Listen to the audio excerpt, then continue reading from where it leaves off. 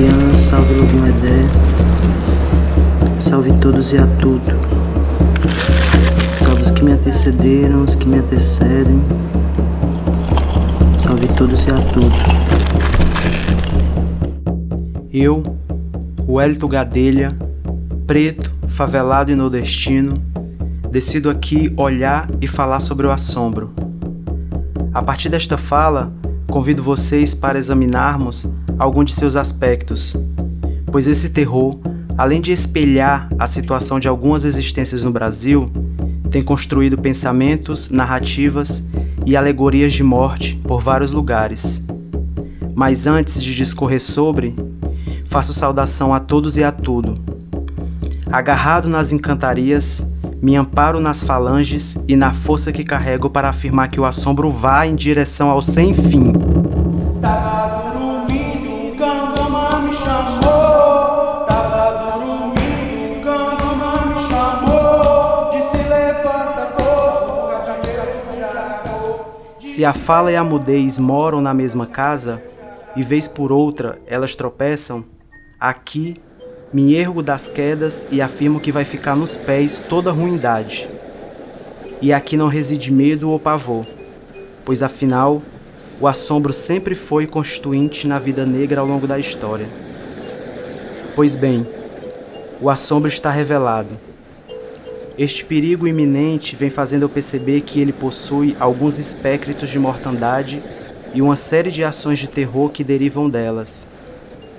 O primeiro foi esse vírus importado que chegou na mochila, que nos pegou de surpresa, tirando de circulação nossos abraços, fazendo oportunidades pedirem socorro e aumentando mais ainda a disparidade social. O segundo é o presidente Bolsonaro e toda a desonestidade de seu grupo de governo, que além de operar numa perspectiva perversa, misógina, racista, fascista, desrespeitosa e pirangueira, tange parte de um Brasil que sempre esteve bem às claras nesse tabuleiro conservador e antidemocrático no país. E o terceiro espécrito é a polícia. Essa que pega carona no discurso de ordem e progresso, mete bala a tudo que é direito nas periferias e tem no corpo preto, pobre e favelado seu principal alvo. O assombro tem função crucial na ética do dia a dia, e as pessoas carregam ele na sua forma mais contagiosa e palpável.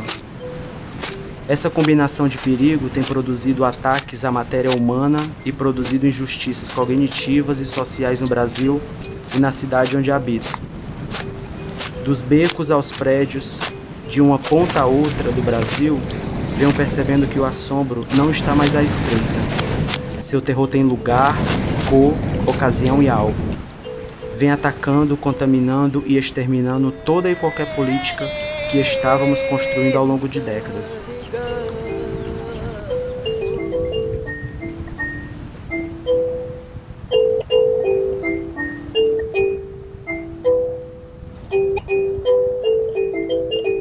O terror paira.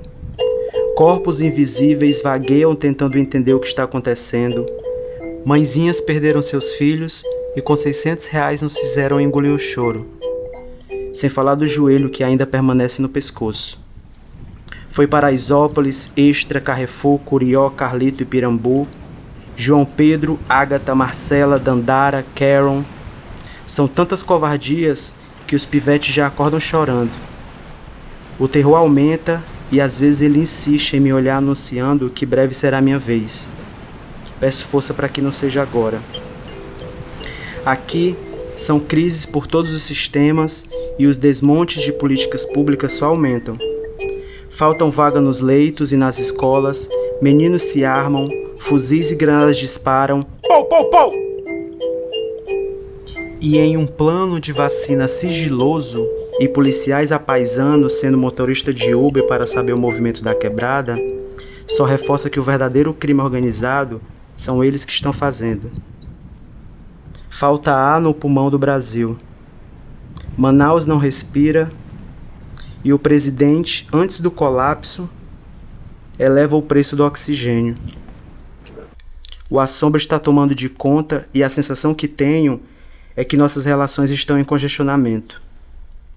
Querem e insistem em tampar os 80 tiros com rolha de vinho tinto internacional. Aqui, depois de cobertos os corpos, não se revela mais o que está escondido debaixo do pano. Em Fortaleza, no nordeste do Brasil, muitas periferias se concentram perto do mar. Muitas delas, nesse exato momento, estão sofrendo remoções e crimes ambientais. Por aqui, o perímetro bolsominion negam a presença negra no estado, vão à praia pegar sol ao lado de tratores, brindam o aumento da faixa de areia mar adentro e se vangloriam com um aquário vergonhoso sem peixe, sem nada. É o Assombro Escavadeira. Como se já não bastasse o terror da vida pessoal, venho aprendendo a trabalhar com outras parcerias para não ser devorado. Tenho tentado olhar para o assombro sem medo e acreditado no senso de favela como estratégia de luta e reinvenção de vida. A favela para mim tem vacinas e disparo para furar qualquer estrutura e padronização. Porém percebo que tem também alguns terrores endereçados e que estamos trabalhando.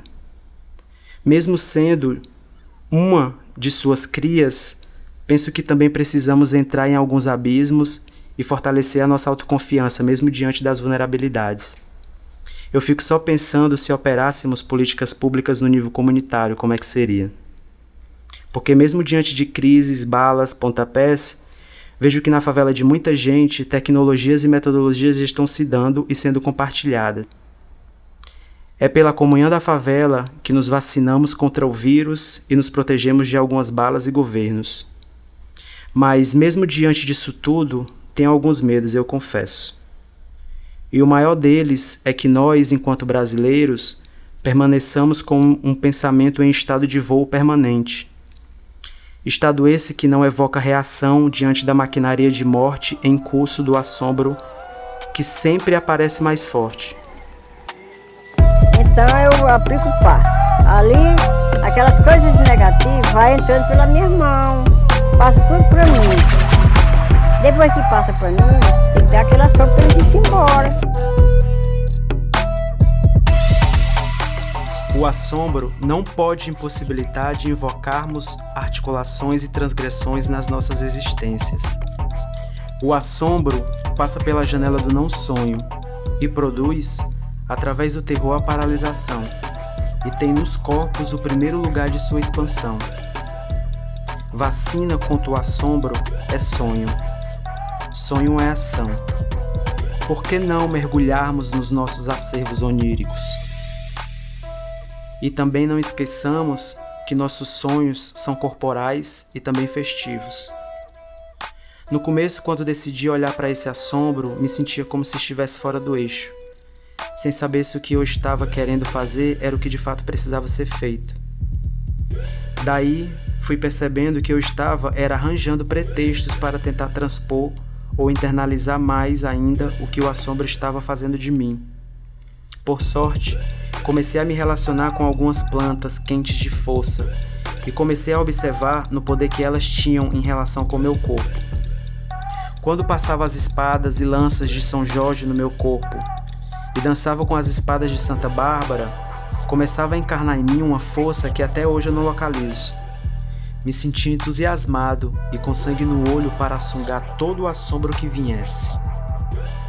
Com isso, eu tenho percebido que a questão do cuidado é tão importante quanto a situação econômica e de crise. Tenho tentado, em meio a tudo isso, endereçar no meu dia algumas cosmologias, sinergias e reformas no cotidiano bem concretas. Por aqui tenho feito, por cada território e esquina que encontro, uma marcação com algumas plantas. Uma marcação riscada com o sangue da planta como um lugar possível de transmutar o assombro e trazer força para aquele local. É na encruzilhada que reposiciono meus sentimentos e ações diante do assombro. Mas a raiz do assombro é tão profunda que tenho que invocar força e poder para referenciar meu corpo e lugar no mundo. Se vivo no Brasil um empilhamento de corpos, reconstruo no lugar que esses corpos caem um lugar de força. Ao olhar para dentro do assombro, girar numa fortaleza, aqui no estado do Ceará, a partir deste corpo roleta russa, Tenho reencontrado percepções de tempo, pessoas, imagens e paisagens diante de memórias sistemáticas e propositalmente exterminadas. Tem sido na dimensão do movimento com as folhas e ouvindo a fumaça que eu tenho me conectado com um lugar grito, um lugar rito, que vem destruindo o assombro. O Fouquial fala que para o povo bakongo, onde não há problema, a vida não acontece. A gente está cansado de perceber o que está acontecendo e o assombro a gente conhece bem há um bom tempo. Então será que não chegou a hora de chamar a guerra e guerrear?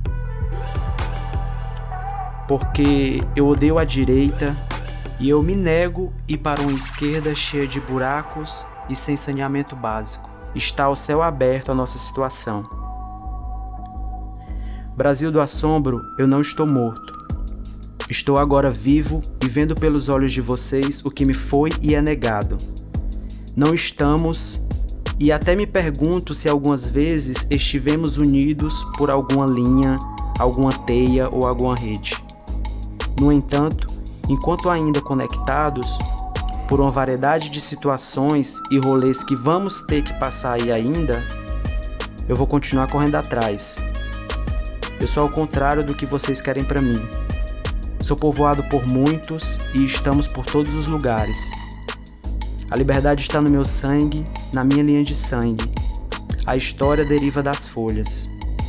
Sem mais, inquieto, travesso e menino, e que se coloca no alguidar da vida, reitero que de fato estamos em meio a uma encruzilhada.